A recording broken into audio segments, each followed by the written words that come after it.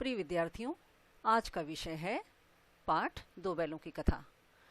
तो पिछले अंश में हमने देखा कि झूरी के दोनों बैल गया के घर से भाग आए थे और उनके भाग आने से झूरी की जो पत्नी थी वह चिढ़ गई थी और उसने अपने मजदूर को यह निर्देश दे दिया था कि बैलों को खाली सूखा भूसा खाने के लिए दिया जाए।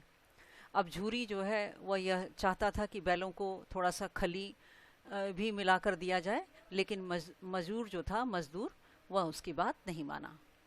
तो प्रस्तुत है पाठ का अगला अंश। दूसरे दिन झूरी का साला जिसका नाम गया था वह फिर आया और बैलों को अपने साथ लेकर चला। और अब की बार उसने क्या किया कि दोनों को बैलगाड़ी में जोत दिया था। अब 2-4 बार मोती ने गाड़ी को खाई में गिराना, सड़क की खाई में गिराना चाहा, पर हीरा जो है वह समझदार था तो उसने संभाल लिया, क्योंकि वह ज़्यादा सहनशील था। संध्या समय यानी शाम के समय दोनों जब गया के घर पहुँचे तो दोनों को मोटी रस्सियों से बांध दिया गया और जो शरारत किए थे, जो वहाँ से भाग गए थे, उसके लिए उन्हें खूब मज़ा चखाया गया, खूब मार पड़ी और फिर उन्हें सूखा भूसा खाने के लिए दिया गया। अपने दोनों बैलों को गया खली चूनी सब कुछ दिया, लेकिन इन दोनों हीरा और मोती को सूखा भूसा खाने के लिए दिया गया। अब दोनों बैलों का इस तरह से अपमान कभी भी नहीं हुआ था। झूरी उन्हें फूल की छड़ी से भी न छूता था, यानी फूल की छड़ी से भी न छूना अर्थात कभी हल्के से भी उन्हें मारता नहीं था। और जब उसकी टिटकार यानी पशुओं को आगे बढ़ने के लिए जो आवाज़ करते हैं, तो उस आवाज़ की टिटकार पर दोनों उड़ने लगते थे, यानी बहुत तेज़ दौड़ने लगते थे। लेकिन यहाँ पर आकर उन्हें मार खानी पड़ी। आहत सम्मान की तो व्यथा थी ही, यानी उनका मान सम्मान तो कम हुआ ही था और ऊपर से उन्हें सूखा भूसा खाने के लिए मिला। दोनों ने नाद की तरफ देखा भी नहीं, आँख भी नहीं उठाए।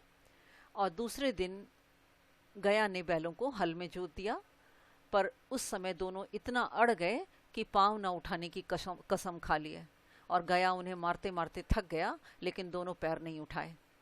एक बार जब निर्दयी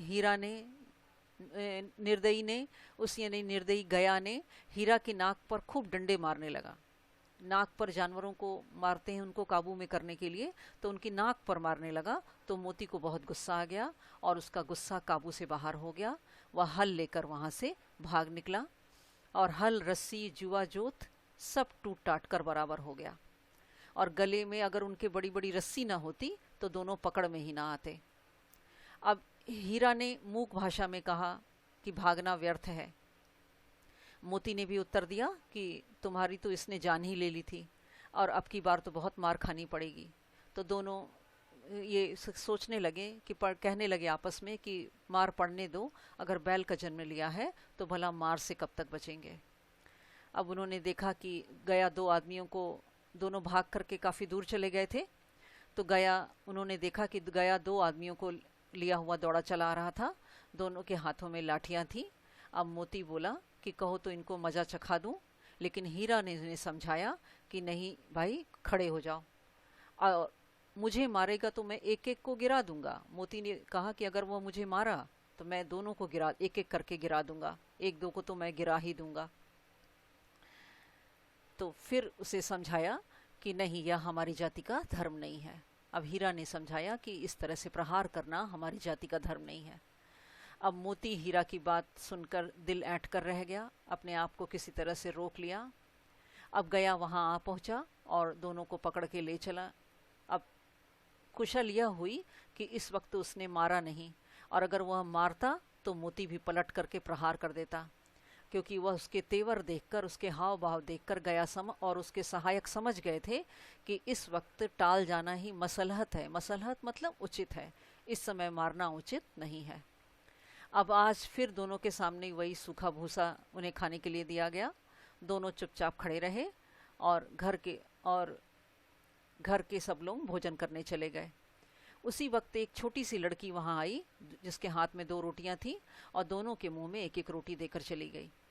उस एक रोटी से इनकी भूख क्या शांत होती, यानी उस एक रोटी से इन दोनों की भूख शांत होने वाली नहीं थी, लेकिन दोनों के हृदय को भोजन मिल गया। अब हृदय को भोजन मिलना अर्थात उन दोनों का मन संतुष्ट हो गया, क्योंकि वह रोटी किसी सज्जन ने यानी उस बालिका ने बहुत प्रेम से खिलाई थी। तो प्रेम से खिलाई गई उस रोटी का यह प्रभाव था कि दोनों का मन संतुष्ट हो गया। अब उन्हें लगने लगा कि यहाँ पर भी किसी सज्जन का वास है, कोई सज्जन यहाँ पर रहता है। और वह लड़की जो थी वह भैरव की लड़की थी, भैरव।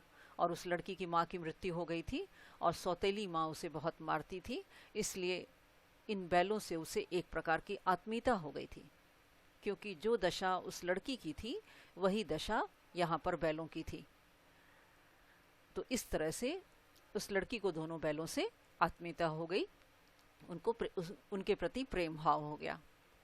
अब दोनों दिन भर वहाँ पर गाड़ी में हल में जोते जाते थे, डंडे खाते थे, मार खाते थे, और शाम को जब आते तो थान पर यानी गौशाला में बांध दिए जाते, और रात को वही बालिका आती थी और उन्हें चुपचाप 2 रोटियां खिलाकर चली जाती थी। अब प्रेम से खिलाए गए इस प्रसाद की यह बरकत थी, बरकत मतलब बढ़ोतरी थी। उस प्रेम से खिलाई गई रोटी का यह प्रभाव था कि 2-2 गाल सूखा भूसा खाकर भी दोनों दुर्बल नहीं हो रहे थे, कमज़ोर नहीं हो रहे थे, लेकिन दोनों की आंखों में, रोम रोम में एकदम विद्रोह भरा हुआ था, गया के प्रति विद्रोह भावना थी।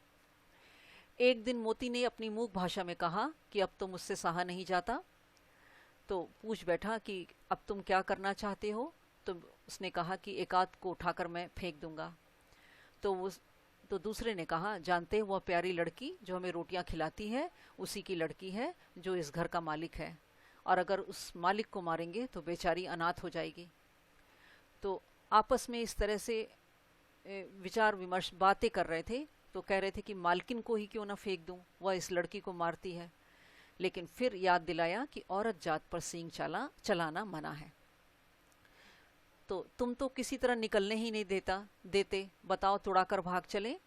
तो इस बात पर दूसरे ने हामी भरी, स्वीकार किया, लेकिन रस्सी इतनी मोटी है कि भला यह टूटेगी कैसे। फिर दोनों ने आपस में यानी एक उपाय उन्होंने सोचा कि पहले रस्सी को थोड़ा सा चबा ले, फिर वह एक झटके से टूट जाएगी।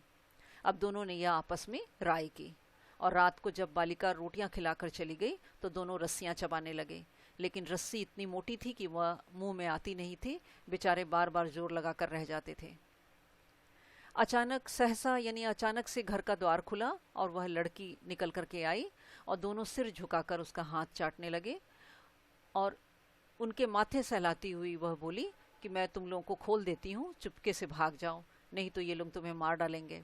आज घर में सलाह हो रही थी कि इनकी नाकों में नाथ डाल दी जाए। अब नाकों में नाथ डालना यानी नाक में एक रिंग पहना देना, जिसमें रस्सी बांधकर जानवरों को काबू में किया जाए। तो यही सलाह हो रही थी। अब उस लड़की ने क्या किया, उनके गराव खोल दिए, गराव यानी रस्सी खोल दी, लेकिन दोनों भागे नहीं, चुपचाप खड़े रहे। मोती ने अपनी भाषा में पूछा कि अब चलते क्यों नहीं? तो हीरा ने कहा कि चले, अगर हम यहाँ से चले जाएंगे तो इस अनाथ पर आफत आ जाएगी, सब इसी पर संदेह करेंगे। तब तक वह बालिका चिल्लाते हुए बोली कि ओ दादा, ये दोनों बैल भागे, फूफा वाले बैल भागे जा रहे हैं, जल्दी दौड़ो। अब गया हड़बड़ाकर भीतर से निकला और बैलों को पकड़ने चला, लेकिन वे दोनों भाग गए। गया ने उनका पीछा किया और वो और तेजी से भागे। फिर गांव के कुछ आदमियों को साथ लेकर गया लौटा, और तब तक दोनों मित्रों को भागने का मौका मिल गया। सीधे दौड़ते हुए वह चले गए, और किस रास्ते पर जा रहे हैं इस रास्ते का उन्हें ज्ञान न रहा। अब जिस परिचित मार्ग से आए थे उस रास्ते का एकदम पता भी नहीं था। अब रास्ते में उन्हें नए नए गांव मिलने लगे। तब दोनों एक खेत के किनारे खड़े होकर सोचने लगे कि अब हमें क्या करना चाहिए। हीरा ने कहा, मालूम होता है कि राह भूल गए हैं, हम रास्ता भूल गए हैं। तो मोती ने कहा कि तुम ही बेतहाशा भागे, बेतहाशा बिना कुछ सोचे समझे भाग निकले, वहीं उसे मार गिराना था। और फिर दूसरे ने कहा कि उसे मार गिराते तो दुनिया भला क्या कहती, हम अपना धर्म छोड़ दें, वह अपना धर्म छोड़ दे यानी अपना कर्तव्य छोड़ दे, लेकिन हम अपना धर्म यानी हम अपना कर्तव्य नहीं छोड़ सकते। तो दोनों बहुत कर्तव्यनिष्ठ थे। तो इस से स्पष्ट होता है, इन बातों से, उनकी इन बातों से स्पष्ट होता है कि दोनों अपने बहुत कर्तव्यनिष्ठ थे। अब दोनों बैल भूख से व्याकुल हो रहे थे। सामने खेत में मटर लगी हुई थी, मटर की फसल दोनों चरने लगे और बीच में रह रहकर वह आहट ले रहे थे कि कोई आ तो नहीं रहा है। और जब दोनों का पेट भर गया तो दोनों ने आज़ादी का अनुभव किया और मस्त होकर उछलने कूदने लगे। पहले दोनों ने डकार ली, फिर आपस में प्रेम से सींग मिलाने लगे और एक दूसरे को ठेलने लगे, एक दूसरे को ढकेलने लगे। मोती ने हीरा को कई कदम पीछे हटा दिया, यहाँ तक कि मोती यानी हीरा जो है वह खाई में गिर गया। तब उसे क्रोध आया, लेकिन फिर वह संभल गया और फिर मोती से मिल गया। अब मोती ने यह देखा कि खेल खेल में झगड़ा होने जा रहा है, तो वह हट गया, किनारे हट गया। अब दोनों सच्चे मित्र थे, तो आपस में एक दूसरे की भावनाओं को अच्छी तरह समझते थे। तो जब खेल खेल में उन्हें लगा कि झगड़ा होने जा रहा है, तो वे किनारे हट गए। तो यह था पाठ का अंश। आशा है इतना अंश आपको अच्छी तरह समझ में आ गया होगा। कहानी का आगे का हिस्सा हम अगले भाग में पढ़ेंगे। तो आज के लिए इतना ही। धन्यवाद।